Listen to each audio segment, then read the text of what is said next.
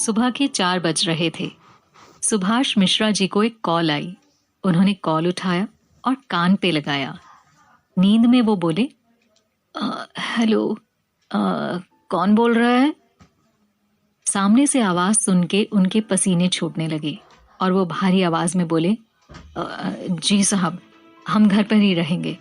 साहब, अभी तो बहुत ही हाथ तंग है, हमें थोड़ा और समय दे देते तो। इतना ही बोलने की देरी थी कि सामने से बहुत ज्यादा आवाजें आने लगी, जैसे कोई उन्हें धमका रहा था। उन्होंने जैसे तैसे बात की और कॉल काटी और वो उठकर तैयार होने लगे। रानी जी, उनकी पत्नी, जब उन्होंने आवाजें सुनी तो उन्होंने सुभाष जी से पूछा, अरे किसका फोन था? आप सुबह सुबह कहाँ जा रहे हैं? सुभाष जी हड़बड़ाते हुए बोले, रानी जी, बताने का वक्त नहीं है हमारे पास, हम सेठ जी के पास जा रहे हैं। लेकिन क्यों? कुछ बताइए तो सही मुझे, इतनी सुबह सुबह सेठ जी सो रहे होंगे। सुभाष जी रानी जी के बगल में बैठ गए। उनकी आंखों में आंसू आ गए। ये देखकर रानी जी बोली, अरे आप रो रहे हैं? मुझे बताइए क्या बात हो गई ऐसी, और किसका फोन था? देखिए, मुझे बहुत ज्यादा डर लग रहा है, आप बताइए क्या बात है।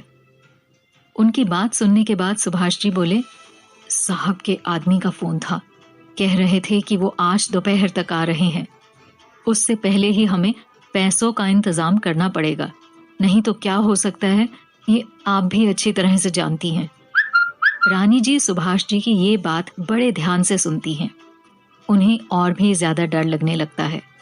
वो सोच सोच के पागल हो जाती हैं।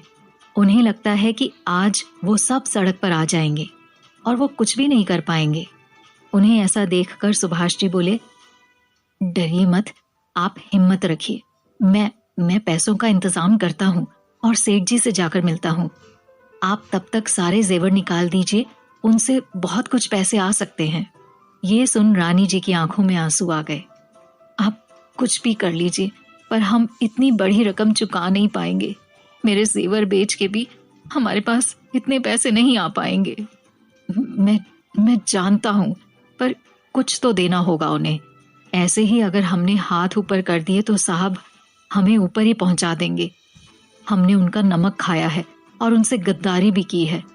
वो यहाँ नहीं थे तो हमारा घर चलता था बिना किसी समस्या के, पर उनको अब सब कुछ पता चल चुका है, इसलिए अब हमें ये दिन देखना पड़ रहा है। ये कहकर सुभाष जी थोड़ी देर के लिए शांत हो जाते हैं और फिर कहते हैं, अच्छा चलिए, मैं सेठ जी से मिलकर आता हूँ, कैसे भी करके उनसे मदद मांगता हूँ। इतनी सुबह जाना सही नहीं है, पर अब कर भी क्या सकते हैं। मुझे उम्मीद है कि वो हमारी मदद जरूर करेंगे। ये कहकर सुभाष जी निकल जाते हैं और रानी जी मन ही मन भगवान से प्रार्थना करती हैं। शहर भोपाल। 27 साल का नौजवान लड़का इंदौर से भोपाल के लिए रात से अपनी ब्लैक मर्सिडीज कार से निकला था। गोरा रंग, शरीर भी एकदम परफेक्ट, आंखों पर काला चश्मा जो उसकी नशीली आंखें छुपाने का काम कर रही थी। चेहरा किसी मॉडल से कम नहीं। वो कब से सिगरेट सुलगा के गाड़ी में धुआं छोड़े जा रहा था। मनन, जो इंदौर में 5 सालों से था।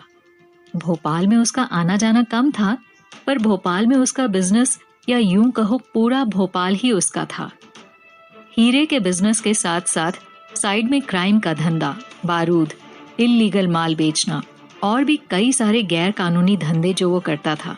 पूरा शहर उसके आगे सर झुकाता था। मनन सच में एक क्रिमिनल था, पर उसके बिजनेस की वजह से उसके कारनामे ढक जाते थे। वो अपनी ही सोच में गुम होकर सिगरेट के कश भरे जा रहा था। गाड़ी में सांस लेना मुश्किल सा हो गया था। इस वजह से उसके पीछे बैठे आदमी अपनी नाक दबाए बैठे थे। उनके साथ ही जो गाड़ी दौड़ाए जा रहा था, उसका वो जिगरी यार, उसका सब कुछ, उसका भाई, उसका हमदर्द, उसका दोस्त, या यूं कहो उसकी जान, अंश, उसका साथी जो उसके जैसा ही था। दोनों में दोस्ती बहुत ज्यादा गहरी थी।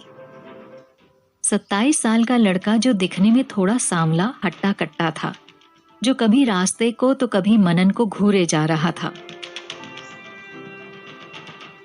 एकदम से गाड़ी रुकी, उसके पीछे की 2 गाड़ियां धड़ाम से रुक गईं। अंश ने दरवाजा खोला और मनन को बाहर निकाला। पीछे की गाड़ियों के आदमी भी निकलकर वहां आ गए। अंश थोड़ा गुस्से में, अब बाहर निकल तू, कब से तेरा ड्रामा देख रहा हूं, जब से निकले हैं तेरा सड़ा हुआ धुआं बंद ही नहीं हो रहा है। मनन उसकी तरफ बिना देखे कार के सहारे लगते हुए, क्या प्रॉब्लम है, मैंने क्या कर दिया यार। अंश उसको गाड़ी से हटाते हुए, अब तू पैदल ही आ जा, हम तो जा रहे हैं। अंश गाड़ी में बैठा। उसने अपने आदमियों को गाड़ी में बैठने के लिए कहा। जब कोई भी गाड़ी में नहीं बैठा तो अंश ने जोर से चिल्लाते हुए उन्हें गाड़ी में बैठने को कहा। सब लोग मनन को ही देख रहे थे। मनन हैरानी से बोला, तू मुझे यहां अकेले छोड़कर जाएगा, मुंह तोड़ दूंगा तेरा। उसे ऐसा कहते सुन अंश हंसते हुए बोला, क्यों, डर लग रहा है बच्चे को? जिससे पूरी दुनिया डरती है वो आज डर रहा है, वाह भाई वाह। उसके बाद मनन गाड़ी का दरवाजा खोलते हुए बोला, ओए, मुझे किसी से डर नहीं लगता, समझा, अब दरवाजा खोल। लेकिन उसकी बात को अनसुना करते हुए अंश गाड़ी स्टार्ट करता है और कहता है, अब आना धुआं छोड़ते छोड़ते।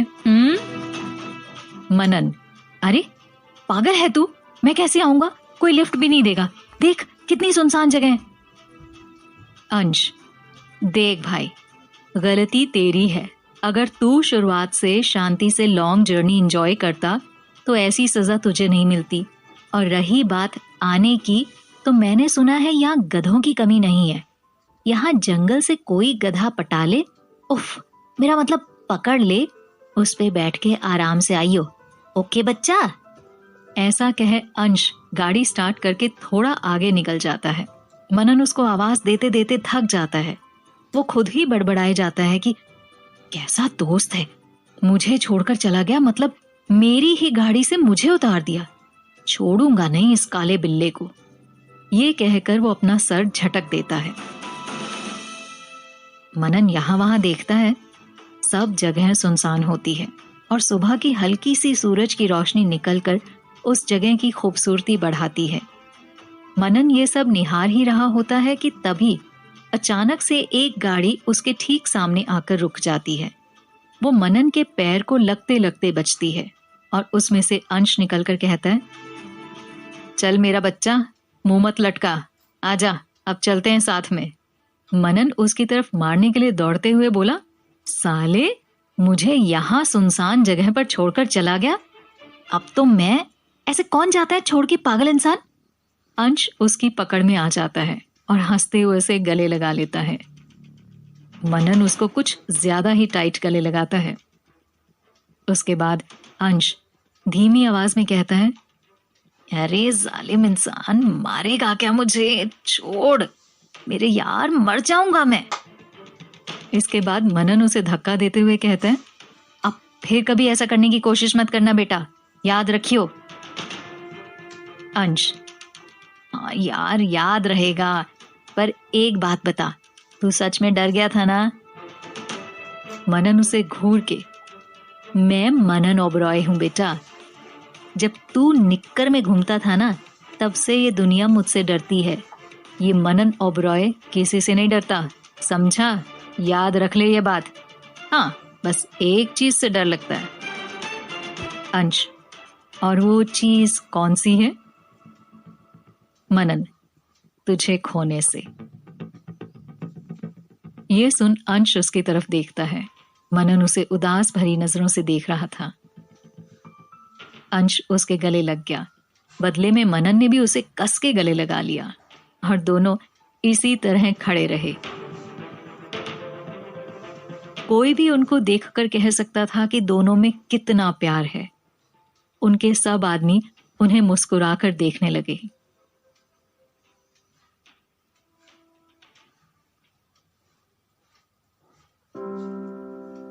आप सुन रहे हैं खूबसूरत मोहब्बत, जिसे लिखा है लक्ष्मी सवाई ने और आवाज दी है स्वरा ने।